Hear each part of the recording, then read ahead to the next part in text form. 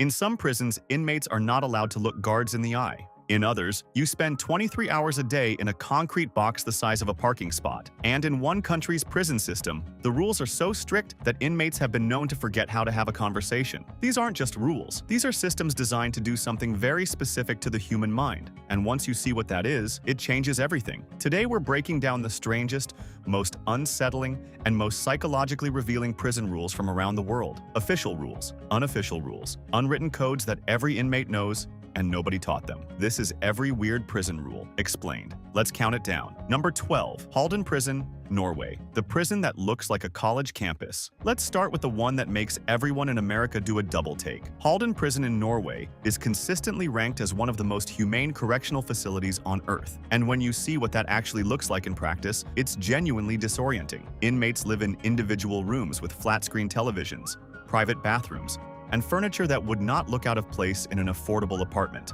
The facility has a recording studio, a full kitchen where inmates cook their own meals, a jogging trail through the woods, a climbing wall. Guards do not carry weapons. They are trained specifically in communication, de-escalation, and relationship building. Many eat meals with the inmates. Some play sports with them. There is a rule in Halden that gets almost no attention but says everything about the philosophy behind the place. Guards are required to engage inmates as individuals, not as numbers, not as categories, as people with names and histories. The psychological logic is straightforward. Norway's recidivism rate, the rate at which released prisoners reoffend, sits around 20%. The United States rate is closer to 70% within 5 years. Halden isn't soft, it's a long-term calculation. The theory is that if you treat a person like an animal for 5 years and then release them into society, you shouldn't be surprised when they act accordingly. It's a reasonable theory. It also requires an entire country to agree that the purpose of prison is rehabilitation, not punishment.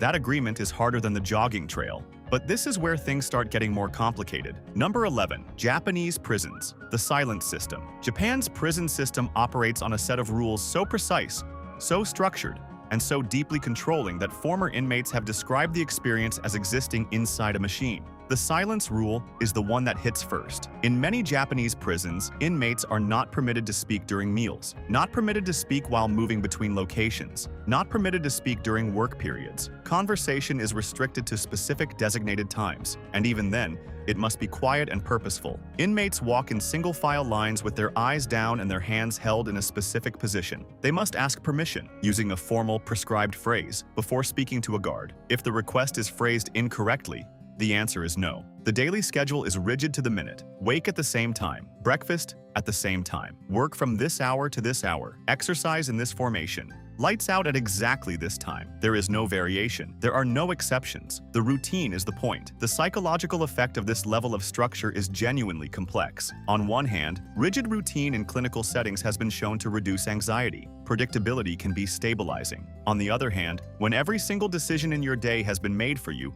in advance without your input, the cognitive muscle you use to make choices begins to atrophy. Former inmates have described emerging from Japanese prisons deeply uncomfortable with unstructured time, with having to decide what to do next, with the basic daily freedom that the rest of us navigate without thinking. That's not discipline. That's systematic removal of autonomy, and it works so quietly that most people inside it don't notice what's being taken until it's already gone. Number 10. Rikers Island, New York. The unwritten code. Rikers Island, the sprawling jail complex in New York City that has housed everyone from petty offenders to high-profile criminals, operates on two parallel systems of rules simultaneously. There are the official rules, the ones written down, the ones guards enforce, and then there are the other rules, the ones nobody writes down, the ones that are understood immediately by everyone inside, enforced by inmates themselves, and far more consistently applied than anything on paper. Some examples: you do not disrespect someone's commissary. The small store credit that inmates use to purchase food, hygiene items, and other basics is one of the only things they actually own in there. Touching it, stealing from it, or making a joke about someone's commissary order has escalated situations that ended very badly. You do not ask someone what they're in for, not when you first meet them, not casually. If they want you to know, they'll tell you. The question reads as either naive or aggressive, neither of which is a good start. You choose your associations on day one. Who you sit with at the first meal communicates more about your situation, your background, and your alliances than anything you say out loud. That first meal is not a meal, it's a positioning statement. The psychological architecture of these unwritten rules is fascinating. In an environment where official authority is distrusted, mistrusted, or actively opposed, the community creates its own governance structure, its own social contract, its own enforcement mechanism. It's not chaos. It's a parallel civilization running inside the official one, and the rules of that civilization are, in many ways, more consistently enforced than the ones on the wall.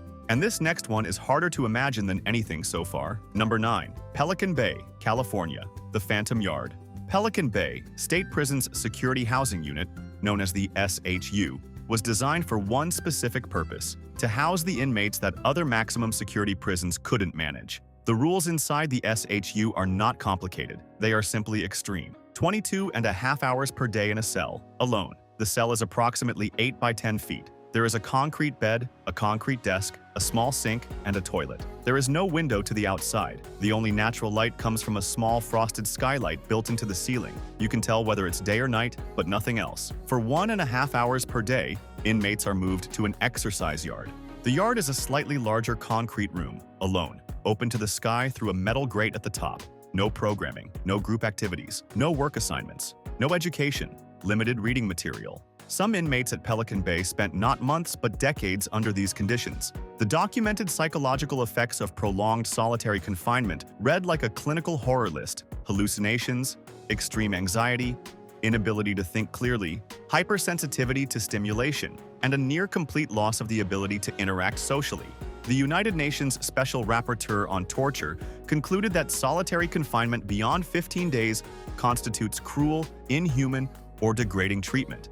At Pelican Bay, there are documented cases of inmates spending over 25 years in the SHU, 25 years, in a concrete box, alone.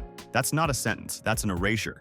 Up to this point, the rules feel strict. From here on, they start breaking people. Number 8. Tadmor Prison, Syria, where rules were weapons. Before it was demolished, Tadmor Military Prison in Syria had a reputation that extended well beyond its walls.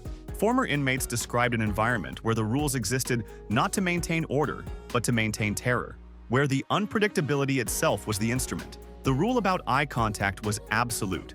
You did not look at a guard. You did not look at an officer. You did not appear to be observing anything happening around you. The punishments for violations were not standardized. That was deliberate. If an inmate knew what the punishment was, they could psychologically prepare for it. So the punishment varied. It was whatever the guard decided in that moment, without warning or consistency. Former inmates described walking through the facility with their eyes fixed at a precise 45-degree angle toward the ground, not too far down, which could appear theatrical, not anywhere near direct, calibrated over time through experience. The psychological mechanism here is called learned helplessness. When punishment is random and disconnected from specific behavior, the human mind eventually stops trying to find the pattern. It stops trying to control outcomes. It simply stops. Resistance becomes impossible, not because it's suppressed, but because the logic structure required to plan resistance has been dismantled. That's not a rule. That's a psychological weapon wearing the costume of a rule. And this is where it gets even darker. Number 7. Commissary economics. The prison ramen standard. This one isn't a rule from above. It's a system that emerged from below. Inside American prisons, official currency is prohibited. You cannot hold cash. You cannot make cash transactions. The official system is commissary credits, a kind of internal account you can use to purchase approved items. So inmates built their own economy, and the currency they settled on in facilities across the country is ramen noodles. Ramen, specifically the instant noodle packets available through commissary, became the dominant unit of exchange in many American prisons. Studies have documented this formally. A 2016 study in the journal Criminology found that ramen had largely displaced cigarettes as the primary prison currency following smoking bans. The exchange rates are established, understood, and remarkably stable. Services, protection, information, contraband, all priced in ramen. Debts tracked in ramen. Disputes arising from ramen. The reason ramen works as currency is precise. It's lightweight. It has a long shelf life. It has universally understood value. It's scarce enough to have worth, but available enough to be liquid. It satisfies every technical requirement of functioning currency. It just happens to also be dinner. The psychological implication of this is significant. The creation of a parallel economy inside a controlled environment is not just a workaround. It's a declaration that human economic behavior is not a product of capitalism or any particular system. It's a product of humans. Put people anywhere, remove their access to official systems. They will build new ones, even in a concrete box, even with noodles. Be honest, how long would you last in this economy? If you think this is intense, stay with me. It gets worse. We're halfway through, and the systems from here on don't just restrict behavior, they target identity. They target the part of you that knows who you are. If this is landing, subscribe before you keep scrolling, because the last 5 are the ones that stay with you. Don't leave now. Number 6. Gitmo. The rule of maximum uncertainty. Guantanamo Bay Detention Facility operates under a set of rules that have been debated in international courts, congressional hearings, and human rights organizations for over 2 decades. The specific rule that psychologists have focused on most is not the physical restrictions, it's the uncertainty. For significant portions of its operational history, detainees at Guantanamo were held without charge, without trial, without a defined sentence length, without any stated endpoint. From a purely psychological standpoint, this is uniquely devastating. Human beings can adapt to almost any defined hardship. Sentenced to 10 years? The brain starts counting. It creates a framework. This much time has passed, this much remains. That framework, however brutal, is something the mind can hold on to. Indefinite detention removes the framework entirely. Psychological research on this is extensive. Uncertainty about duration is consistently rated by subjects as more psychologically damaging than certainty about a negative outcome. Humans would rather know that something terrible is going to happen than not know whether it will ever end. At Guantanamo, the rule wasn't written as create maximum psychological uncertainty, but that was the outcome. And outcomes in systems like this are never entirely accidental. Number 5. Brazil's PCC. When inmates run the system. The Primeiro Comando da Capital, the PCC, is a criminal organization that originated inside São Paulo's prison system in 1993. What makes the PCC unlike almost any other prison gang globally is the scale and formality of the governance structure it built. The PCC established what it called a constitution, a formal written document outlining the rights of members, the obligations of leadership, the process for resolving disputes, and the code of conduct expected of everyone operating under its banner. Inside PCC-controlled facilities, there are rules about violence, specifically when it is and isn't authorized, and by whom. Unauthorized violence, meaning violence that hasn't been approved through the internal hierarchy, is itself a punishable offense. There are rules about drug distribution, about financial obligations, about how disputes between members are to be adjudicated. The official prison system still exists in these facilities. Guards still show up. Official rules still exist on paper. But the operating system running underneath, the one that actually governs daily life, settles conflicts, and determines who has access to what, is the PCCs. By the mid-2000s, the PCC had extended its reach beyond the prison walls into communities throughout São Paulo. It coordinated attacks on police from inside prison cells. It managed logistics operations through contraband phones. It held São Paulo effectively hostage during coordinated attacks in 2006 that killed over 40 people and shut down much of the city. The state built a system to contain people. The people inside built a system that eventually contained the state. Now this is where things go too far. Number 4. North Korean political prisons. The rule of 3 generations. The most severe political prison camps in North Korea, known as Kwanliso, operate under a principle that has no modern parallel in any other documented prison system on Earth. The rule of 3 generations.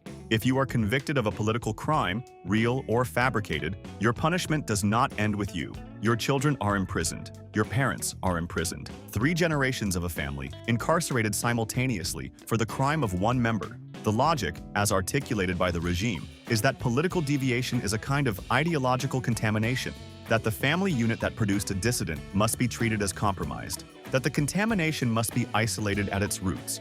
Former inmates who escaped and reached South Korea have provided testimony documented by human rights organizations. Accounts of children born inside these facilities who have never seen the outside world, who have been raised entirely within the camp system, who have no reference point for any other kind of existence. The psychological annihilation this represents is almost impossible to fully process. It is not enough to imprison the individual. The individual's existence, their origins, their descendants, their entire human lineage must be made to disappear. That is not a prison rule. That is an attempt to erase a person from history while they are still alive, and make their children disappear alongside them for something they didn't do. Number 3. Eastern State Penitentiary. The original silence. Experiment. Eastern State Penitentiary in Philadelphia was, when it opened in 1829, considered a revolutionary model of prison reform. The philosophy was called the Pennsylvania system, and its central rule was absolute silence. Not partial silence, not silence at meals,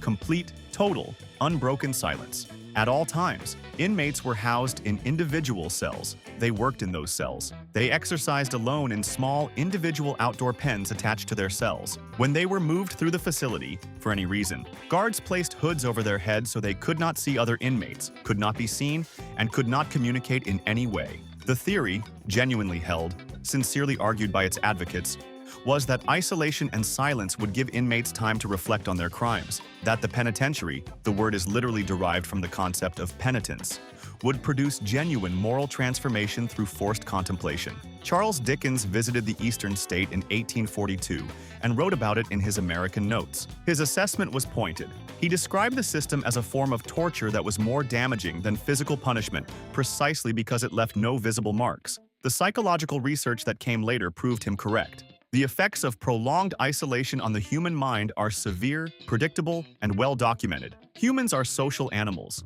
Remove social contact entirely, not as punishment, but as a philosophy, and the mind begins to consume itself. Eastern State eventually abandoned the system because too many inmates were going visibly, undeniably mad. The reformers had built a system intended to produce better people. They built a machine that broke them instead, and they did it with the best intentions. That's the part that should sit with you. Number 2. Supermax, the administrative maximum, a DX Florence. A DX Florence in Colorado is the only federal supermax facility in the United States. It houses the inmates the rest of the federal system cannot manage, or chooses not to display. The rules at ADX are architectural. The building itself is the enforcement mechanism. Cells are designed so that inmates can see nothing outside them except a small patch of sky. No other inmates, no movement, no visual reference to the outside world. Doors open and close remotely. Physical contact between inmates is essentially impossible. Staff interactions are minimized, scripted, and brief. Inmates typically spend 22 to 24 hours per day in their cells. Exercise happens in a slightly larger individual room, alone. Programming and education exist in extremely limited form, delivered through the cell door or a small screen. Current and former inmates of ADX include figures from some of the most notable criminal cases in American history. Unabomber. Ted Kaczynski spent years there. 9/11 conspirator Zacarias Musui. Cartel leaders. Domestic terrorists. A former warden of ADX described the facility as a clean version of hell. That description came from someone who worked there. The specific psychological mechanism at ADX is sensory management, not sensory deprivation in the extreme clinical sense. Inmates are fed, they have limited materials to read, they are physically maintained. But sensory input is controlled and minimized with extraordinary precision. The human nervous system is calibrated by input. It needs stimulation to remain functional. ADX doesn't remove stimulation completely. It reduces it to exactly the amount required to keep the body alive, and the mind just functional enough to understand what's happening to it. That is a very specific and deliberate calculation. This isn't punishment anymore. This is engineering. And now, number 1. This one isn't a rule. It's what all the rules in every system are ultimately designed to produce. Number 1. The erosion of self. Identity as the final target. Pull the thread on every single thing you've just heard. The silence, the isolation, the uncertainty, the hoods, the 3-generation punishment, the unbroken routine. The cells are designed so you cannot see another human being. Every system, every rule, every architectural choice, they all arrive at the same destination, the self. The target, whether the designers intended it this way or not, is always the self. The internal structure that tells a person who they are, what they value, what they remember, what they want, what they're capable of. Former long-term solitary confinement inmates have described the experience of release as more terrifying than incarceration. The world is too loud, too unpredictable, too full of stimuli and choices and faces and conversations. The nervous system, recalibrated by years of controlled, minimal existence, cannot process normal life. People released after decades in maximum security facilities have described standing in a grocery store and being unable to choose between 2 products, not as a minor inconvenience, as a complete psychological breakdown. The cognitive muscle required to make a simple preference had been unused for so long it had simply stopped responding. Some have described not recognizing themselves in mirrors, not in a poetic sense, in a literal, clinical sense. The face looking back at them had aged in isolation, away from any social feedback, without the constant low-level confirmation that identity requires to remain stable. That's not a side effect. When you look at the systems from the inside out, that's the point. Because a person who does not know who they are cannot organize, cannot resist, cannot present a coherent challenge to the system that contains them. Identity is the last thing left when everything else is taken, and the most sophisticated control systems go after it directly. Most people think prison is about removing freedom. It's not. It's about removing the person who wanted to be free in the first place. Take a full step back now. The Norwegian prison with the recording studio, the Japanese silence protocol, the ramen economy, the North Korean three-generation rule, a DX Florence, the Pennsylvania system, all of it. Which of these rules actually got to you? The one that made you stop and think, that's too far? Drop it in the comments right now. I'm reading everyone. Next video, we're going somewhere most people don't know exists. The black sites, the unofficial detention systems, the places that don't appear on any map and operate under rules that have never been written down publicly. If you want the next one before it becomes obvious, subscribe. I'll see you there.